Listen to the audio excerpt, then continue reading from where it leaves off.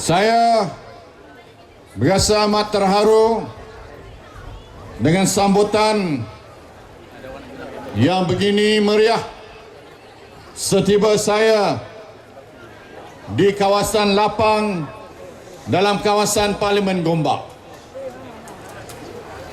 Sebenarnya sambutan yang meriah ini telah diberikan pada saya sejak pagi tadi lagi, di mana saya telah memulakan lawatan saya sehari suntuk ke negeri Selangor ini, bermula di kawasan Don Ijuk, Ladang Tuan Mi.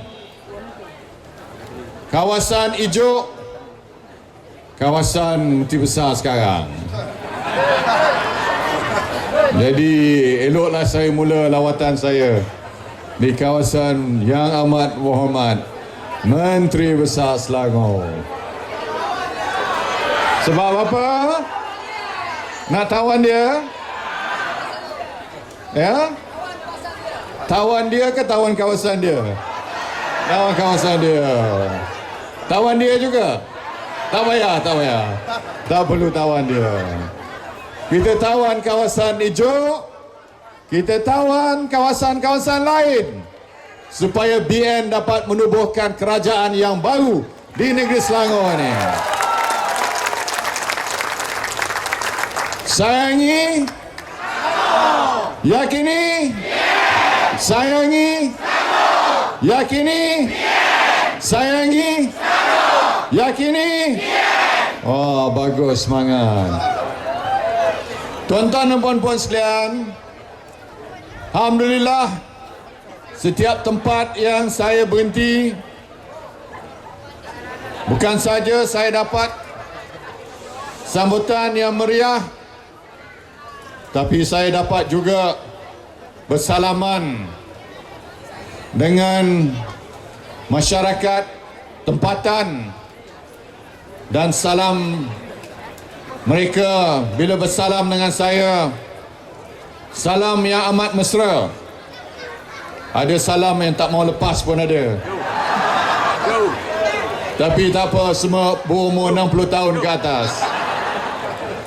Tuan-tuan dan puan-puan sekalian, sebagai sebuah kerajaan, kita berdiri di atas sokongan rakyat. Sebab itulah awal-awal lagi bila saya ambil alih jawatan sebagai Perdana Menteri, saya telah mengatakan bahawa dalam apa jua kita mesti mendahulukan rakyat.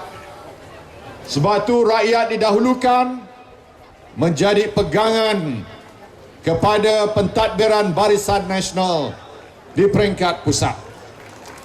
Banyak contoh yang boleh kita sebutkan di sini apabila kita sebut rakyat didahulukan. Malam bajet 2012, seperti Datuk Seri Noor sebut tadi, ialah bajet untuk rakyat Malaysia.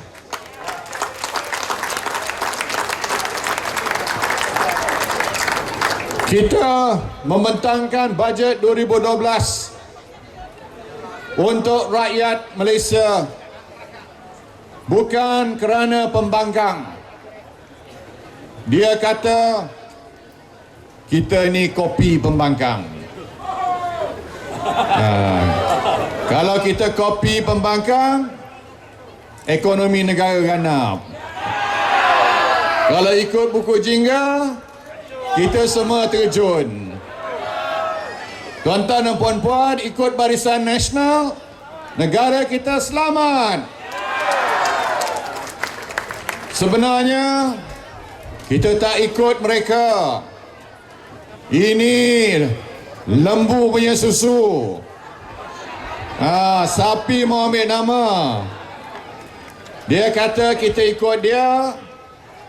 Lepas itu dia pula kata bajet kita ni tak realistik. Dia tak dapat fikir betul-betul mana satu. Kalau ikut dia, bajet ni tak realistik, mana dia tak realistik. Kalau dia kata kita tak realistik, tunggulah tahun depan. Tuan-tuan dan puan-puan, bajet ini pelaksanaannya mulai tahun hadapan. Saya beritahu pada pemberita tadi, kalau kerajaan janji sesuatu dan kita tak tunaikan janji, ini ibarat kita buat harakiri politik. Yang ini kita buat sesuatu tindakan membunuh diri sendiri secara politik. Sebaliknya, saya nak beritahu pada pembangkang, kalau kita laksanakan semua ketetapan kita, janji kita, apa mereka nak kata tahun depan, saya percaya mereka tak terkata. Kalau kita laksanakan tahun hadapan, kalau setiap isi rumah yang berpendapatan 3,000 ke bawah akan dapat RM500 tahun hadapan, apa mereka nak kata? Tuan-tuan dan puan-puan, bukan setakat itu saja.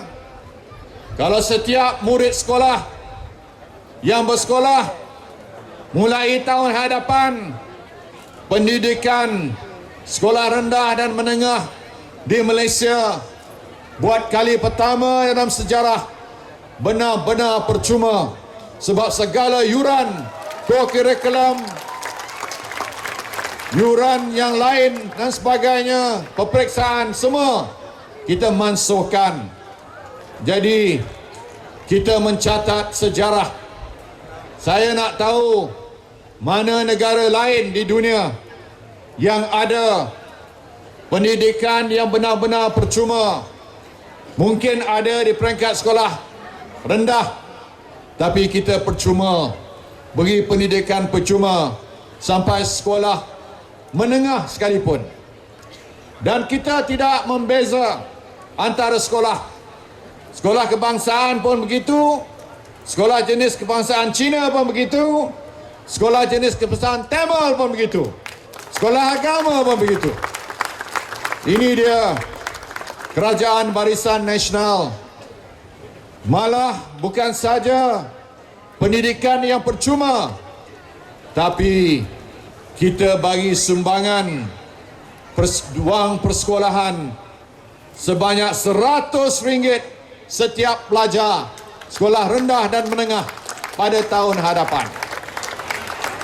Tuan-tuan dan puan-puan, kalau dia kata bajet kita tidak realistik, saya nak tanya, kalau tahun depan, awal-awal tahun depan, kita bayar RM500, kita bayar RM100, apa dia nak kata? Apa dia nak kata? Tak terkata.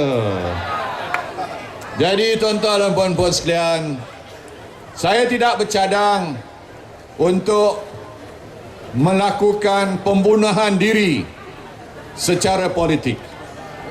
Saya tidak bercadang untuk membuat sesuatu yang tersasar sehingga akan merugikan Parti Barisan Nasional.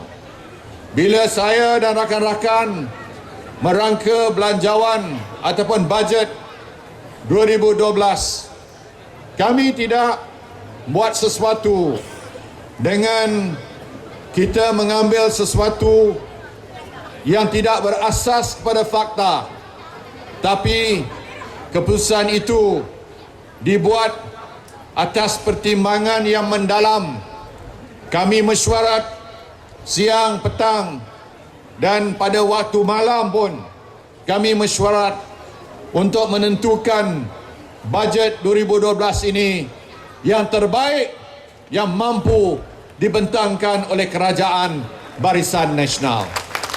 Dan alhamdulillah, mana-mana saya pergi pun hari ini, sepanjang lawatan saya, ramai yang telah berjabat tangan saya dan melahirkan ayat terima kasih Datuk Seri kerana bajet yang telah dibentangkan pada hari semalam. Mereka tahu mengenang budi apabila kerajaan membuat sesuatu kerana dalam suasana dan iklim ekonomi dunia yang tidak menentu. Kita tengok pada peti televisyen saban hari berapa banyak negara yang ada demonstrasi dan ada rusuhan, termasuk di negara-negara maju seperti Amerika Syarikat pun ada orang yang berarak melakukan demonstrasi tak puas hati dengan apa yang berlaku di negara mereka. Di sebuah negara lain di Eropah, mereka tidak cukup kewangan, hanya mampu membayar gaji pegawai pentadbir untuk tempoh 6 bulan saja yang akan datang. Mereka berada di dalam keadaan ibarat telur di hujung tanduk dan mereka boleh tersungkur pada bila-bila masa. Mereka boleh kehilangan pekerjaan mereka. Mereka boleh menjadi orang gelandangan dalam sekelip mata. Tapi di Malaysia ini, kita bukan saja dapat mengekalkan pejabat-pejabat awam, tapi kita tambah gaji mereka dengan skim baru perkhidmatan awam SPBA yang memberi kenaikan gaji dan mata tangga gaji juga kita tambah. Tuan-tuan dan puan-puan, bukan setakat itu, kita bagi bonus lagi akhir tahun, setengah bulan bonus. Tuan-tuan dan puan-puan, yang pesara pun dapat bonus. Itu yang pelik di Malaysia. Yang pesara yang tak menyumbang, tapi atas kenangan mereka menyumbang dulu. Ada juga orang kata, bila dah bersara ni, berapa bagi duit? Dia bukan ada anak kecil pergi ke sekolah. Betul ke? Tak tahu juga kan? Tak pasti. Belum tentu lagi. Belum tentu. Ada yang dah berumur pun ada anak kecil. Mereka boleh. Kita bergurau sajalah, jangan orang terasa hati. Marah pula kat saya. Kita tak boleh serius sangat. Kita kena bergurau juga ya. Tapi macam mana pun, kita kenang budi mereka.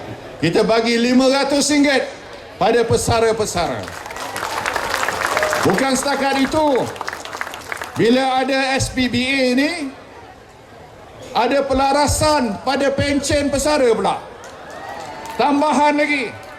Jadi kebetulan di Kuang tadi, saya telah duduk semeja dengan orang-orang pencen. Mereka pun saya tengok macam berlenang air matanya bila kata terima kasih kepada kerajaan. Mereka tak dilupahi oleh kerajaan. Inilah dianya bila kita ada sebuah kerajaan yang benar-benar mengutarakan janji mereka. Bukan kerajaan yang ada sekarang ini di Selangor. Saya tahu banyak dia buat tak janji. Macam-macam janji dia buat. Janji cukai pintu rumah dikurangkan. Dah kurang ke? Naik ya, naik ya. Oh, patut turun dia naik pula. Perkhidmatan kesihatan percuma pada warga mas. Janji allowance RM650 sebulan pada ibu tunggal. Wow. RM50 pada pendidikan prasekolah. RM75 sebulan bagi setiap anak hantar ke nursery. Buat tak? Tak ada. Pucik, tak ada. Pucik, pucik, tak ada. Betul, pucik. Pucik, pucik. Tak ada. Hilang. Hilang. Jadi inilah, tuan-tuan dan puan-puan sekalian, tak payahlah kita cakap lagi. Ini dah jelas membuktikan bahawa kerajaan kita memang menjaga kebajikan anak-anak kita dan semua warga negara Malaysia. Ada pihak yang baru kenal makna kebajikan, baru kenal, tapi Barisan Nasional dah lama membuat kebajikan. Dah lama. Sebelum ini pun dah buat macam-macam. Dalam ucapan belanjawan saya terangkan lagi, kalau tuang minyak dalam tangki kereta tuan-tuan dan puan-puan 1 liter RON 95, tahu ke banyak mana subsidi pada setiap liter? Tahu tak? Tahu? Berapa? Kalau tahu berapa? Jangan kata tahu. 85 sen 1 liter subsidi kerajaan.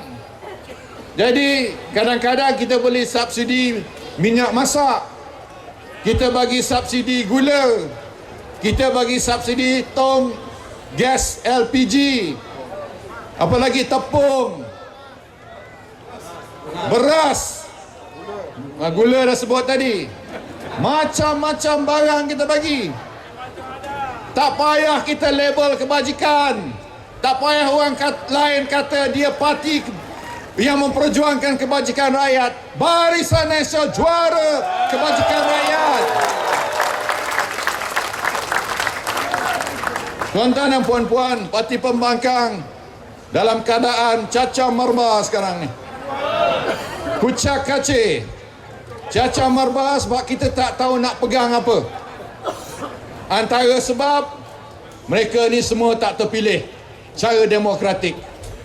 Mereka sebut nak demokrasi, tapi semua pemimpin mereka ada jawatan ketua umum, ada jawatan musyril haram, ada jawatan sebagai penasihat sepanjang hayat, ada pula jawatan boleh jadi penasihat sepanjang hayat.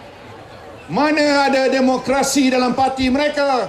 Dalam Barisan Nasional ada demokrasi. Kita dipilih melalui suara teramai dalam parti kita, tapi mereka kononnya cuba jadi juara. Kalau jadi ketua umum, kumpul-kumpul orang, semua angkat tangan sokong. Itu bukan demokrasi. Demokrasi mesti letak nama, mesti mula di peringkat cawangan, lepas tu ke bahagian, lepas itu ke pusat. Setiap tangga, mata tangga itu mesti disokong secara undi sulit. Barulah ada demokrasi. Ini apa nama demokrasi? Kumpul orang, angkat tangan, sokong. Ini bukan nama demokrasi. Ini apa nama? Baling kerusi nama. Demokrasi.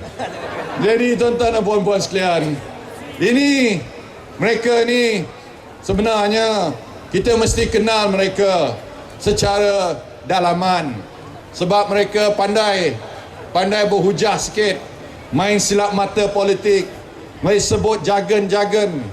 Tapi hakikatnya amalan mereka itu dalam parti masing-masing berbeza. Sebab itulah macam parti PKR ni, banyak orang dah keluar parti. Siapa dah keluar parti? Angkat tangan. Dah keluar parti ya. Dia keluar parti daripada timbalan presiden. Pada awal Sirsa Agung dah keluar, macam-macam. Peringkat naik presiden pun dah keluar, wakil rakyat pun dah keluar, semua dah keluar. Bekas timbalan Ketua Menteri Pulau Pinang, Dr. Fairuz, tanya dia dipaksa berhenti keluar pada parti. Orang yang baik macam dia pun kena. Jadi tuan-tuan dan puan-puan sekalian, Kita tak boleh pakai parti seperti ini. Dalam coalition mereka pun, mereka main silap mata.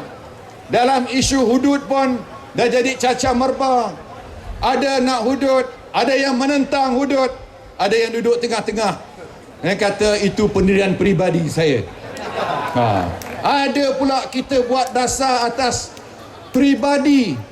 Kita tak nak orang buat pendirian atas peribadi. Kita nak tahu hitam atau putih, ya ataupun tidak. Itu namanya pemimpin yang ada pendirian, bukan pemimpin yang main politik. Kita tak boleh main politik untuk kepentingan nak menggawi mata rakyat, kerana ini masa depan negara kita, masa depan rakyat Malaysia kita.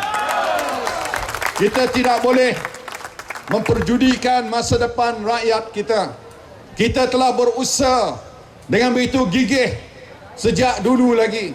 Saya sebut bahawa kita berjasa, kita kenang jasa daripada Allahyarham almarhum Tunku Abdul Rahman, sambung dengan Allahyarham Tun Razak, dengan Allahyarham Tun Hussein On, dengan Tun Dr. Mahathir Mohamad, dengan Tun Abdullah Badawi, dan sampai pada zaman saya.